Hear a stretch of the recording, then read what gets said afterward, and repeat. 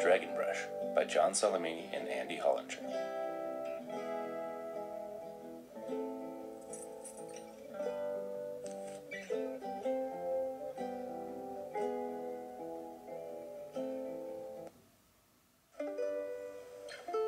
Quite a long time ago, in a small village in ancient China, there lived a boy named Bing Wen.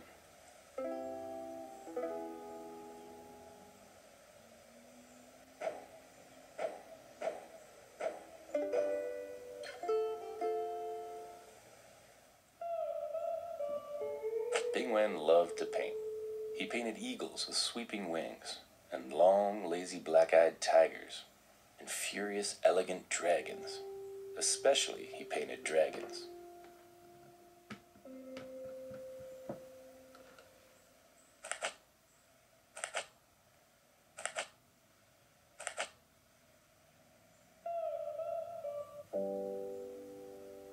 Bing Wen lived with his mother and his younger sister. The family were very poor. They sometimes went without food and could certainly not afford paint and paper.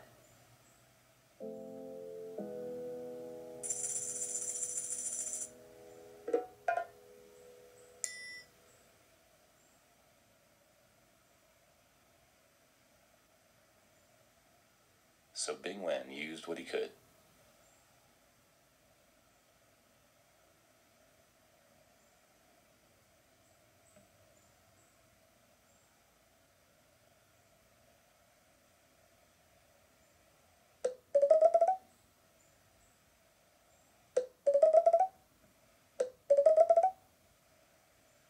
One day, while walking through the village, Bing Wen came upon an old woman whose cart had overturned, spilling everything she owned into the street.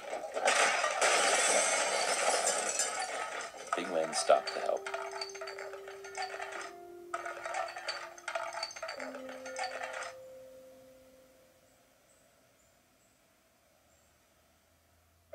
The woman was so grateful that she rummaged through a musty trunk and pulled out a gift for him. A magic paintbrush, she told him. As he thanked her, the old woman whispered in his ear, "It's made from the whiskers of a dragon. Use it carefully."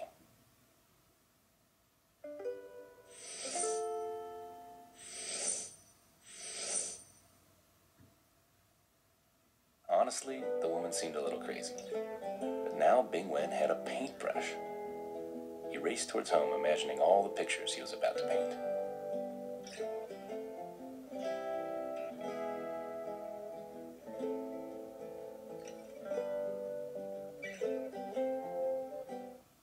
Bing Wen stopped at a high wall and set to work.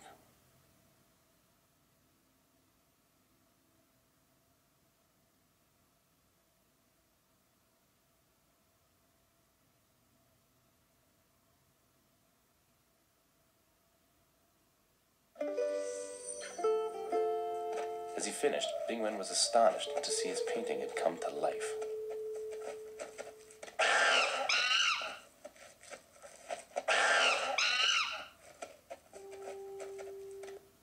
He stared at the brush he held in his hand, the magic brush. It made things real. His mind raced. He had many ideas at once. A bag full of fireworks? A big noisy drum? And then he thought, no, a pet dragon.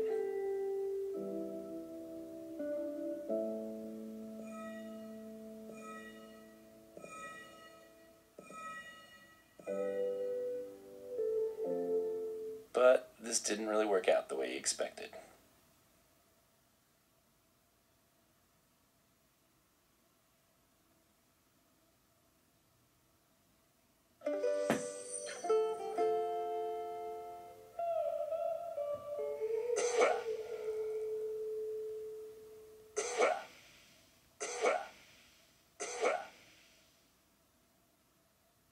So Bing Wen painted something for his mother to make sure the family never went hungry again.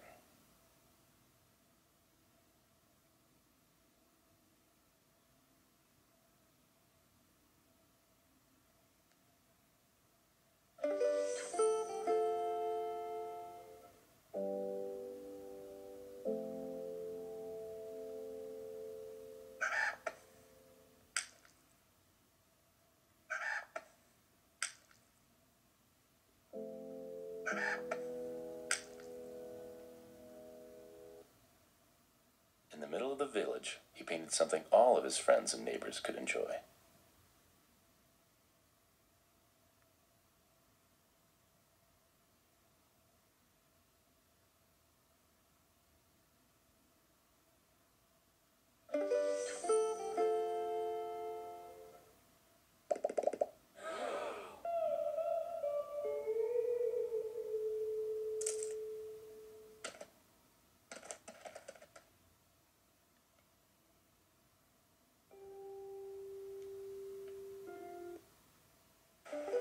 And for his little sister, he painted a kite that she could fly at her favorite spot.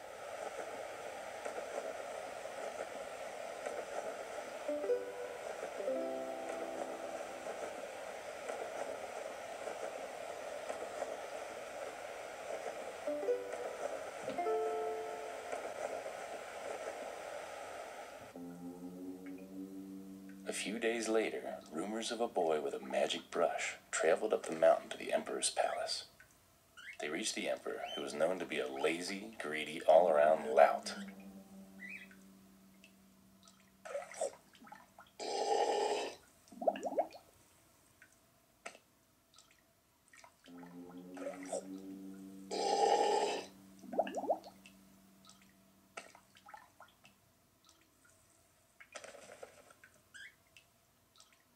The emperor sent his guards to arrest Bing Wen and bring him to the palace.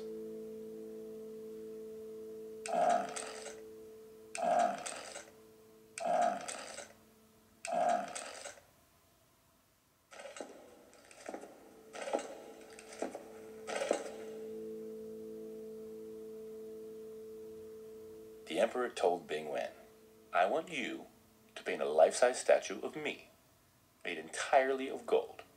Then there will be two of me, both dazzling." Bing Wen could think of few things worse, and he refused.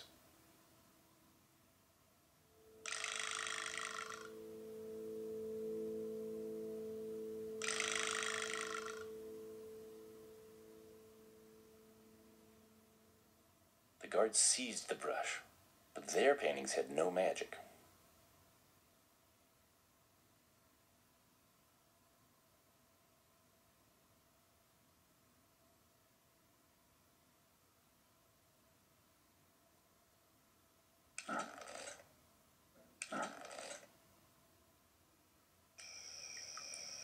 Bing Wen was sent to the dungeon, where he had plenty of time to think. By morning, he had a plan.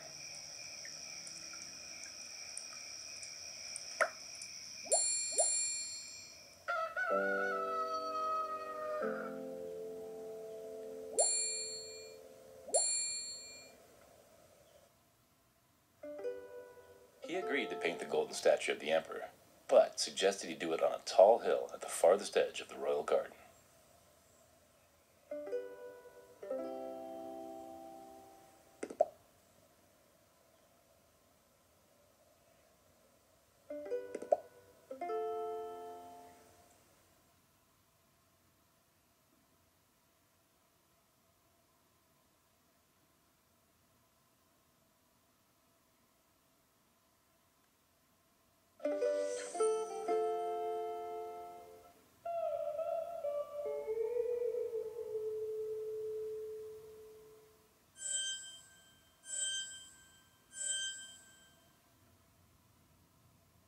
When he was finished, Bing Wen ran back to the palace, painting a massive lake behind him.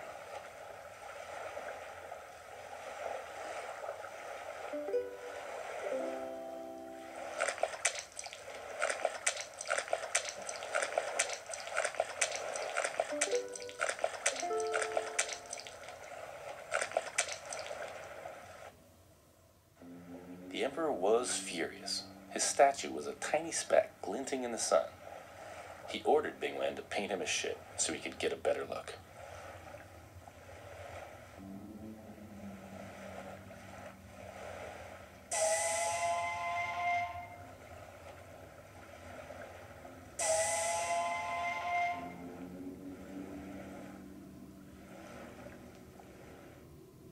So Bing Wen painted the emperor a ship.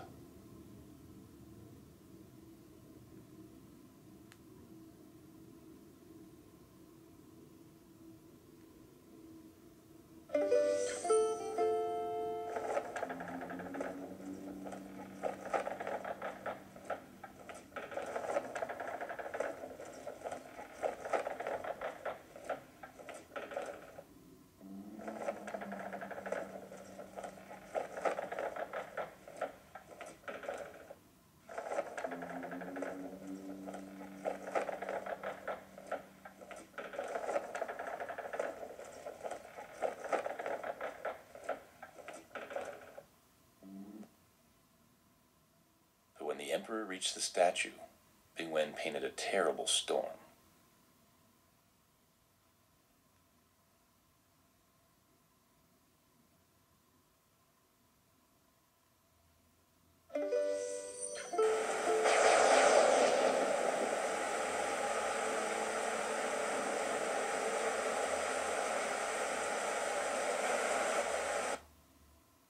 The emperor, who could not swim, found his statue very handsome, and now he was stranded with it.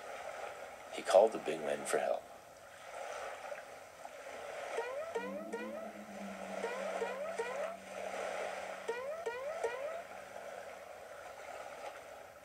Bing Wen laughed. He told the emperor to read the statue's inscription.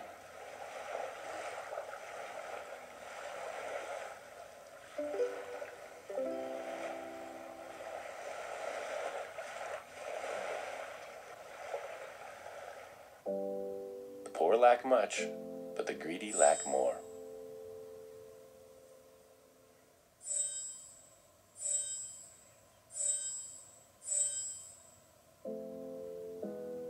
In the days that followed, more than a few of the villagers expressed the hope that Bing Wen might become their new emperor. But he had more important things to do.